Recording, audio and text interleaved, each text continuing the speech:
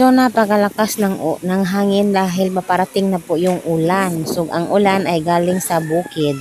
So ang daming naghulugan ng mangga. Kaya ayun, namumulot ako. Pero hinay-hinay lang ako sa pamumulot. Hinay-hinay sa paglalakad kasi masakit po ang aking tiyan. Masakit ang aking tiyan. Hindi ko alam. Whole abdomen ang masakit. Parang yung palibot yung bang nakapalibot sa ating puso, dun ang masakit. Hanggang sa puson, sobrang sakit. So, ayan. Kaya hindi mo na ako nagbablog masyado. At yun, nag-live lang ako na hindi ako nagpapakita. Sa sobrang hinog ng mga mangga ay nahuhulog na siya ng pusa. Konting konting hangin. Pero ngayon, hindi po konting hangin ngayon. Malakas ang hangin sa amin. So, sobrang lakas ng hangin yan. Kasi paparating yung malakas din na ulan. Kaya yung mga mangga ay naghuhulugan. So, yung bukid na yan, yung namumuti-puti dyan, yun ang ulan. Gagaling sa bukid. So, yung basakan na yan ay wala yung tanim. Mga sagbot lang yan o mga damo. So, sobrang lakas talaga ng ulan. Kaya ayun, nagbabagsakan na yung mga sanga ng kahoy na dried. Yung mga tuyong sanga. Kaya natatakot na rin ako. Umuwi na din ako niyaan. Pero nagbibideo-video pa rin ako para may pang-upload. Alam mo na, for the content din. Para may content tayo, di ba? Wala nga namang hindi tayo magkukontent. So, yan lang po. Palingalinga muna tayo before tayo magsalita kasi nasa labas ako, nasa basakan kaya nahihiya din ako, baka may tao pala. Lang ng ulan. Sobrang lakas ng ulan. Sobrang lakas ng ulan kanina.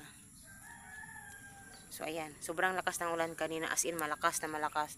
So hanggang ngayon ay makulimlim pa din ang kapaligiran. So manguha tayo ng kangkong. Kangkong ulit for ulam kasi wala tayong ulam. So, kailangan natin kukuha ng tangkong kasi walang pambili ng ulam. So, hindi ako nagbablog sa ilang araw. Hindi ko pinapakita ang aking sarili dahil hindi po okay ang aking pakiramdam. Medyo hindi ko maintindihan. Grabe yung palpitation ko. Yung feeling ko, ang sikip-sikip ng dibdib ko. Tapos, hindi ko sinasabi. Pinapakiramdaman ko lang mag-isa. Tapos, until hindi ako naligo 2 araw kasi sobrang masama nga ang pakiramdam ko. Tapos yung tiyan ko sumakit, yung tulad nung last year 2022 2021, sumakit din ang tiyan ko. Yung whole abdomen talaga masakit maglakad. Parang maglakad ako nakabakuko kasi masakit talaga. So bumalik ulit siya ngayon pero hindi sobrang malala. Pero masakit siya. At yung masakit siya, yung pusod, around sa pusod ang sakit niya. Tapos masakit pag maglakad ako ng malakas, masakit. Masakit siya pag mag-ubo, masakit siya pag basta may physical activity, masakit siya. Hanggang ngayon naligo ako kasi sobrang na. At sa 1 week na din akong sobrang hair fall. Halos wala nang maiwan sa aking buhok. Yan na lang ang aking buhok ko. Yan. Tingnan niyo, sobrang nipis na talaga. Grabe yung hair fall ko. Hindi siya normal kasi everyday umaga hanggang hapon, yung buhok ko talaga pag ganunin mo, grabe ang makukuha ko. Sobrang dami. So wala na talaga yan. O, tingnan niyo. Konting-konti na lang ang naiwan. So, natatakot po ako. Sobrang bumalik ang ating nervous anxiety. So, dahil sa nangyayari sa aking buhok, hindi ko alam kung anong nangyari. Yan ang likod ko. Maraming mga hayop. Yan ang tangko. So, siguro nang problema din ako kay Lolo Rick. Dahil kasi hanggang ngayon, hindi pa dumating yung tulong na sinasabi ng mga kamag-anak niya. So, grabe yung stress ba? Siguro dahil sa sobrang stress na, uubos yung buhok ko. Hindi ko din alam kung ano ang rason. Basta yun. Yun, tingnan nyo, wala na. Konting-konti na lang. Patuloy pa din siyang naglalagas. As in, marami talagang. Ngayon nga, tapos kung naligo, hindi pa ako naligo, marami na akong nakuha. After kong naligo, marami ulit. So, konting-konti lang. Konting-konti na lang ang aking buhok. Tapos, ayun, hindi muna ako nagbablog. Yung mga ina-upload ko, mga video-video ko lang sa paligid. Kasi, hindi nga ako okay. Tapos, yung anak ko na lang ang nag-anong sa bahay. So, kanina pala, umaga, tanghali, sila Dudong ay, si Lolo Rick, pinaliguan niya. Kasi, mas matai, mapupo talaga. Sobrang marami dong, no? Maraming pupo, as in talaga. At ulianin na talaga siya. Yung mga sinasabi niya, wala na sa, hindi na wala na sa reality yung sinasabi niya, hindi na. Yung mga sinaunang panahon pa, yung mga sinasabi niya. So yun. Nag-iiba na talaga ang ugali ni Lolo Rick. So yun, kami.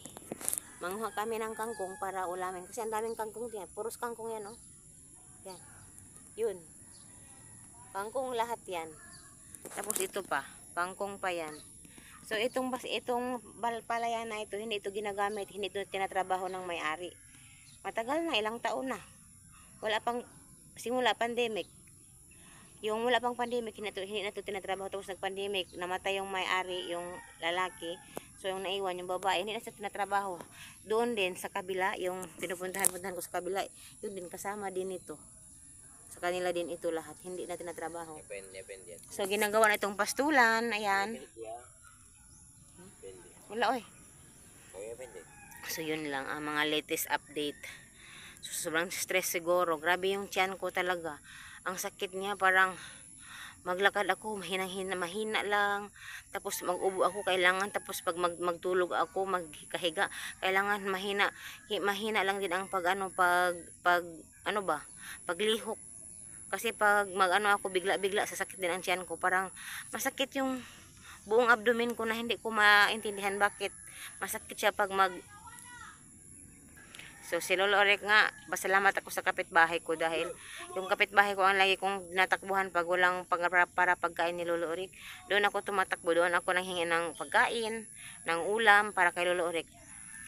Kasi minsan talaga walang wala, so yun. So yun ang mga ganap sa buhay, kaya minsan silent na lang ako, hindi na ako kasi parang nakakahiya din naman pag palagi kang naiinis lang ako sa mga kamag-anak, sana ba tulungan, pero hindi ko alam talaga. Hanggang ngayon, hindi dumadating yung tulong na sinasabi. So ngayon si Lolo Rick, 5 o'clock, tuktok na naman yun. Si Chris hindi pa umuwi, andun pa na Masada, para magbibili yun ng bigas.